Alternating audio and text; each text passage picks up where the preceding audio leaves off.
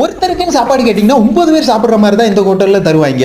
அப்படிலாம் இல்லைன்னு நினைக்கிறேன். இது ஒரு ப்ராங்க் மாதிரி ஏதோ பண்ணிட்டு இருக்காங்க. என் வாழ்நாளில் நிறைய ப்ராங்க் பார்த்துருக்கேன், ஆனால் இந்த மாதிரி ஒரு சூப்பரான ப்ராங்க் பார்த்ததே இல்லை.